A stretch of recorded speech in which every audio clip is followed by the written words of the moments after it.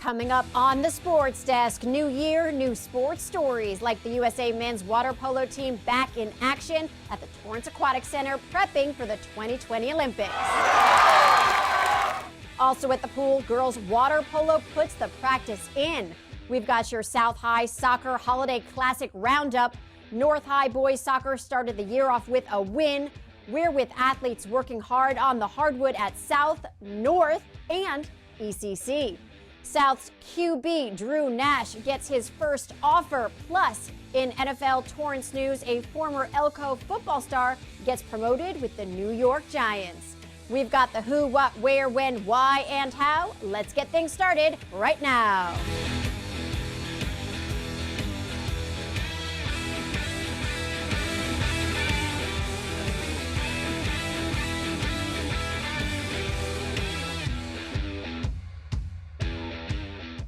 Hey guys, Happy New Year and welcome back to the Sports Desk, your one source for all things Torrance sports. I am your host, Lesley Robbins, bringing you a gateway to the brightest sports stars and hottest sports spots in Torrance. Before we get to the good stuff, we want to hear from you. Here are the social media stats.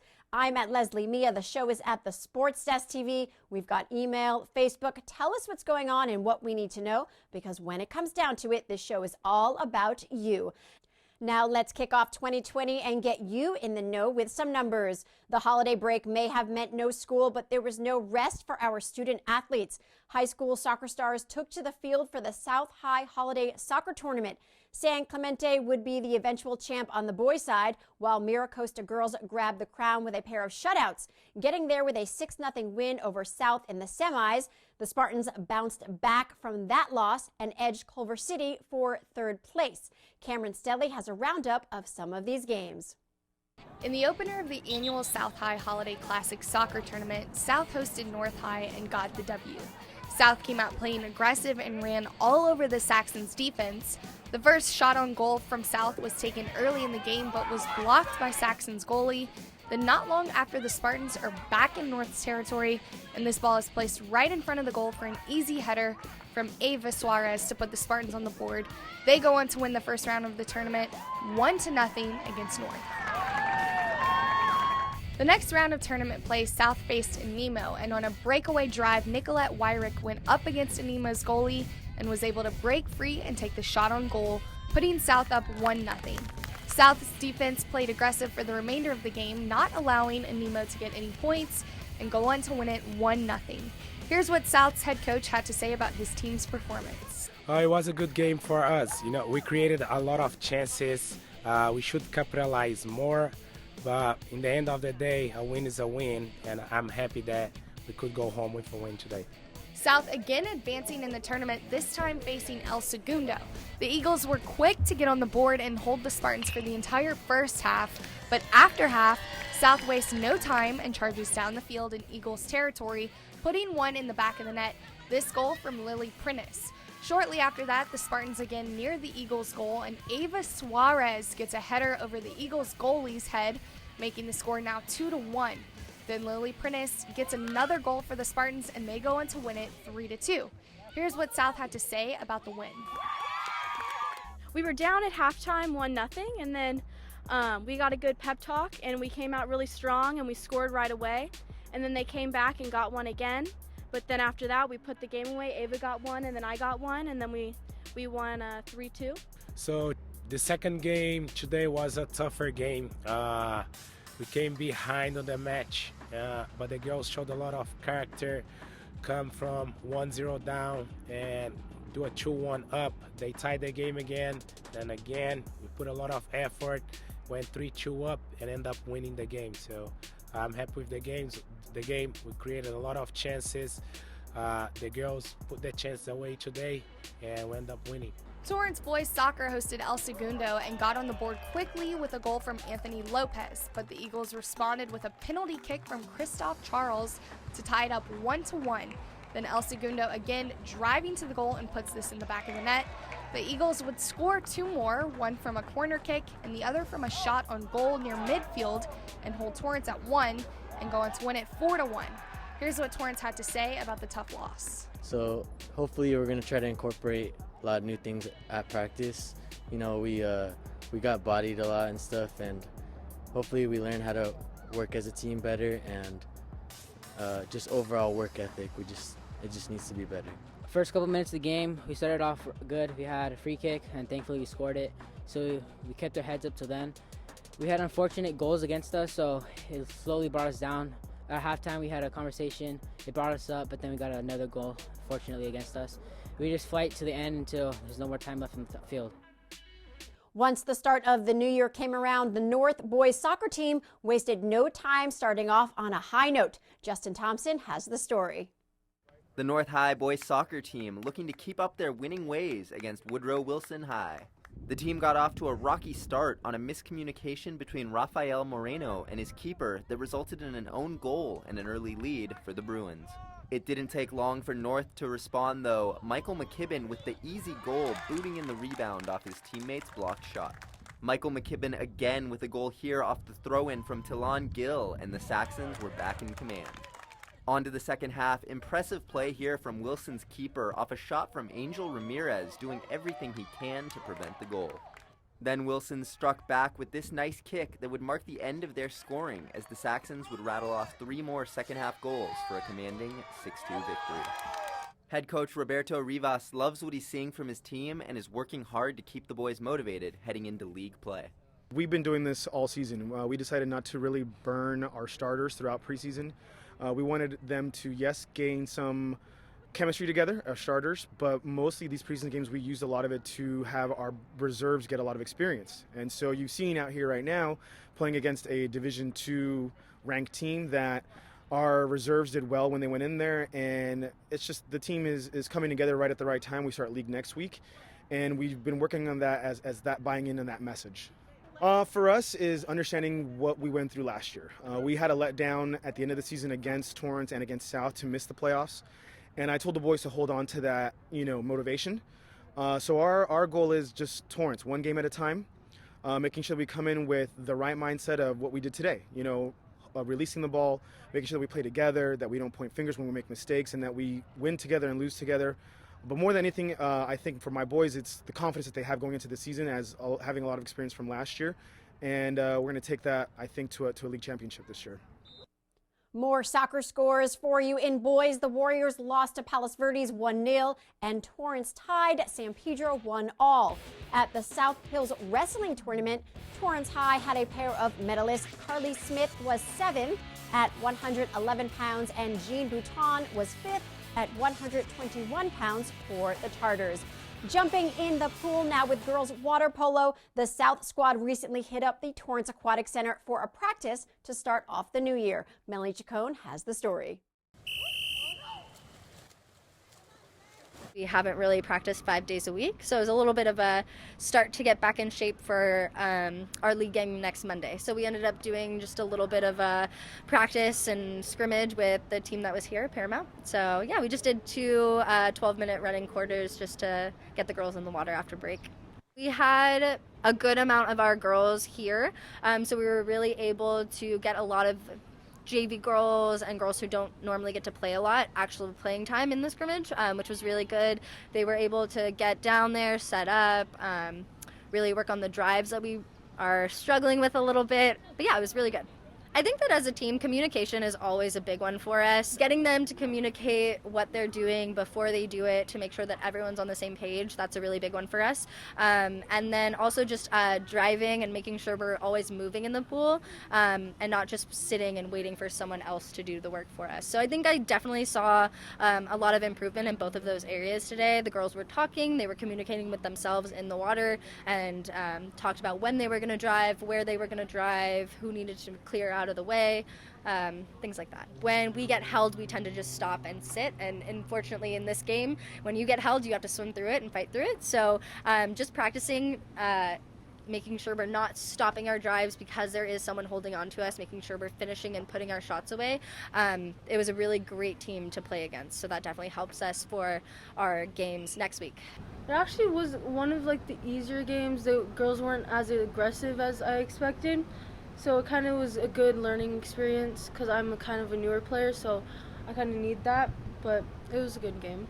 I started playing last year. It was the first year that South had a water polo team. I love the girls, like my team, like we bond a lot, and so I love them. And just the game is really fun. I do swim, but I think I like water polo better because it's like more hands-on and like aggressive and stuff.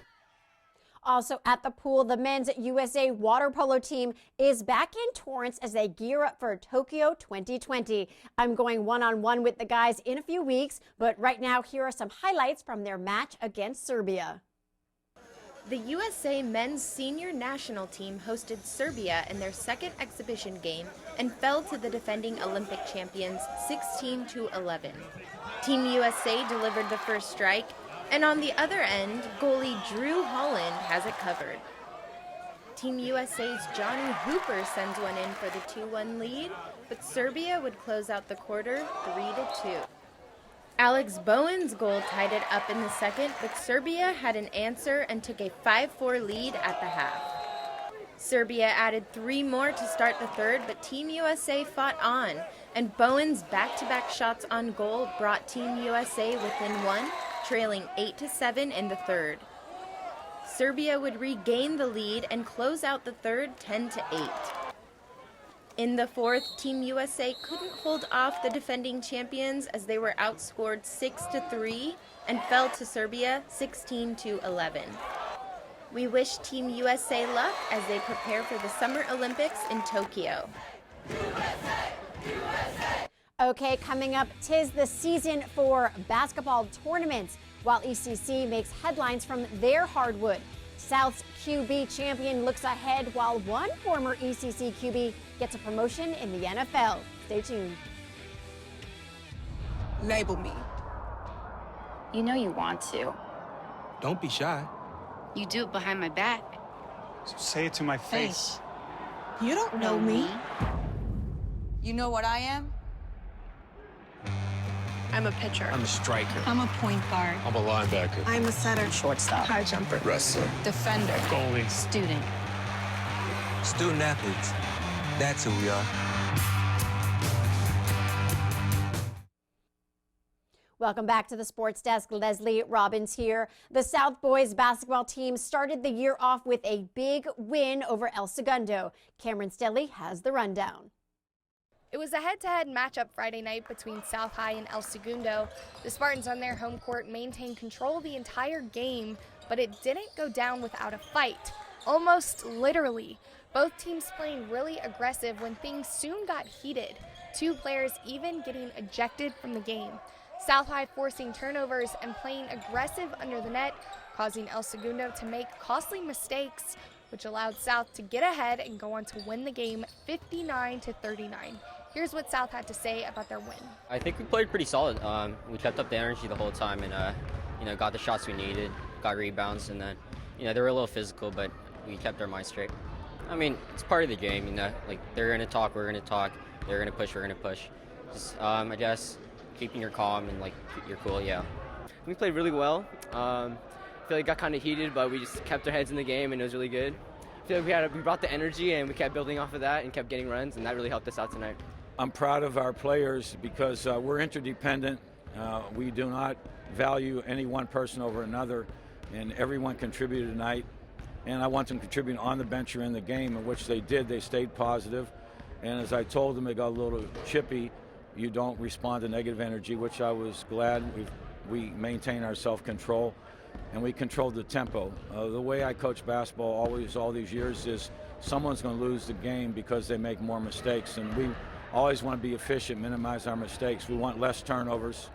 We want less fouls. We still want to be aggressive, but we want to play on balance and play properly, and I thought our guys did that tonight. The Saxons boys basketball squad wasn't as lucky in their non-conference game against Mira Costa. Justin Thompson has the story. Thanks, Lesley. Great effort from the Saxons here tonight, taking on a tough Mira Costa team. The final score doesn't suggest it, but the game was very competitive. Highlights coming your way right now. The Saxons got off to a good start. Early defense and a transition bucket helped them jump out to an early 4-0 lead. More defense from the Saxons here, forcing a shot clock violation with some lockdown team defense. North's defense was strong all game, but Mira Costa's shots were just falling in this one. The Mustangs went on a tear over the next quarter and a half, but some sharp shooting from the Saxons' three-point specialists kept them in the game. After being down by 13 with 3 minutes left in the half, North went on a run of their own to cut the deficit to 6 before heading to the locker room. Nice start to the third quarter for the Saxons, their big man pulling in the rebound and pushing the pace ahead for an easy layup. Great hustle and a ton of effort from North resulted in the Saxons regaining the lead, capping off their run with this deep three from Keanu Martinez to make it a 39-38 advantage with 2 minutes left in the third quarter. Unfortunately, Costa would catch fire the rest of the game, and some sloppy play from the Saxons over the last 8 minutes resulted in a 71-50 home loss to the Mustangs. North begins their conference schedule on January 8th, taking on the Tartars at Torrance High. We do our best to bring great effort every day. We pride ourselves on our defense, and I think that as long as we come in focused and we play together and we play with heart, then we'll be all right. You know, we've been pretty up and down. We've competed with some really good teams, and then we've had some down days. It's just consistent effort. That's our biggest thing right now is we sometimes get caught up in the score when we should just be focused on what we're trying to do on that single possession. I just want them to play hard. We're here to compete. You know, we've played some really good teams. No matter who we're playing or what, I just want them to go as hard as they can. I played at North, and my coach was super intense, and the expectation of being a Saxon is just playing as hard as you can. Just prior to New Year's, the holiday basketball tournaments were complete and league play hadn't started just yet. So we were a part of that in-between period where it's all about showcases, like the Real Run Winter Classic where the B Monty boys team took on Heritage Christian. But their comeback fell short and they lost the game 65-61. The day before, the Knights struggled to get the win in the Take Flight Challenge as well, falling to Mayfair 73-65. As for the Lady Knights, they grabbed the W over Narbonne in the first round of the Legacy Tournament, 53-27. That win also gave Coach Noelle Quinn her 75th victory. Next, they won the second game of the day over Dominguez, 74-39 on Coach Noe's birthday. Then they beat Legacy 66-50, but ultimately fell to El Camino Real 67-62. Then there was the South Bay Showcase. The West boys took on Peninsula and fell 55-36, while the boys squad at Ambassador faced Vistamar and also couldn't get the win 93-53. And here is the North girls basketball team after they ended 2019 with 3 wins in Hawaii. Can't beat that. They defeated Hawaii Baptist Academy 53-27, Radford 55-36, and Kalani 68-15. This is a rock star team that is 10-0 overall right now. Okay, coming up, more basketball from ECC and how a former Elko Gridiron star just got a giant NFL promotion. Plus, a CIF Southern Section champ plans his football future. Stay tuned. Hey, Bobo, do trees tell each other stories? I'm sorry. I'm afraid I don't know that. Hey, why don't we go find out? Listen. Do clouds take naps? I couldn't tell you. Dad, do stars visit their friends? Look!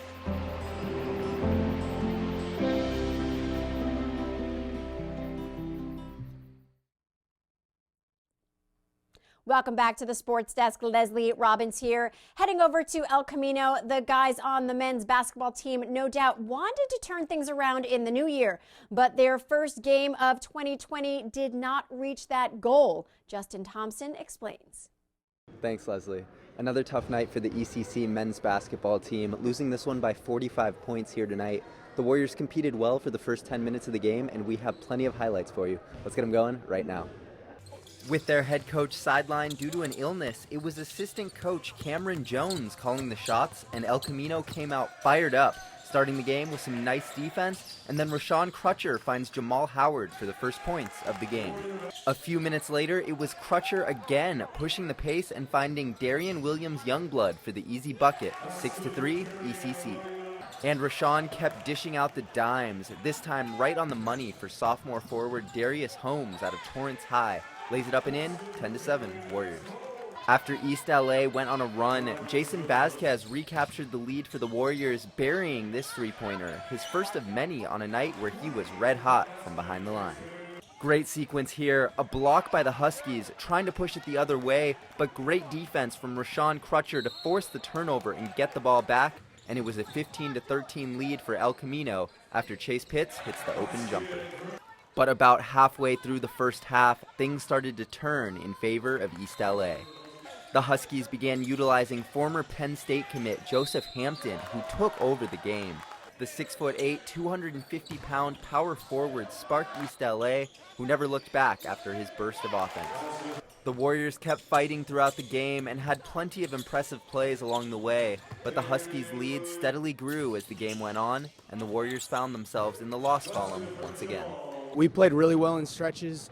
I felt like we hung with them punch for punch, especially like you were talking about those first 10 minutes. We were right there with them. But at the end of the day, Eli, they made some good plays, and we just had some turnovers that really hurt us. Our turnovers kind of came in bunches, and that was one of our downfalls tonight for sure, is just not taking care of the basketball. Despite the outcome, assistant coach Cameron Jones will always remember this game fondly, his first time as the head coach of a college team. I tried to make my approach and my focus just to be the same as it always is. But at the end of the day, obviously, this was really fun. It was a really good experience. And like I shared with the guys, I was like, win, lose, or draw, this is something that I'm excited to share with you guys. It's a moment I'm going to remember for the rest of my life, being my first head coaching experience. And I just told them, I said, no matter what happens, I'm just excited to share this moment with you. The Lady Warriors also had a tough start to the year, losing their first game of 2020 to West Los Angeles 60-52. But they did close out 2019 with a win over Santa Ana in the ECC Christmas crossover tournament, 64-57. Moving on to El Camino football, and former ECC quarterback turned West Virginia wide receiver turned NFL pro David Sills. This Elko standout in his first professional football season is now waiting to make his NFL debut after the New York Giants promoted him from their practice squad right before the holidays. If you remember, David wasn't drafted this year but signed with the Buffalo Bills for training camp before eventually ending up on the New York Giants practice squad, where he spent the entire NFL season before Week 16. I asked his former ECC coach Gifford Lindheim his thoughts on David's milestone, and he told the Sports Desk, "We are all really proud of David, however not surprised. He's such a competitor. We knew it was just a matter of time before his talent and work ethic were noticed and rewarded." Now, of course, the Giants' season is over, but the next stage of David's career is just beginning. Okay, staying on the gridiron, CIF Southern Section champ South's resident quarterback Drew Nash is already planning life after high school. The senior QB just tweeted out, "Blessed to have received my first offer from Ottawa University. Thank you, Coach Anderson, for giving me this opportunity." No doubt the first of many for Drew. And that is going to do it for this episode. We will see you back here next week. In the meantime, here are the social media stats. I'm at Lesley Mia. The show is at the Sports Desk TV. We've got email, Facebook. Be sure to keep in touch and take us behind your scenes. For everyone here at the Sports Desk, I'm Lesley Robbins. Thanks for watching.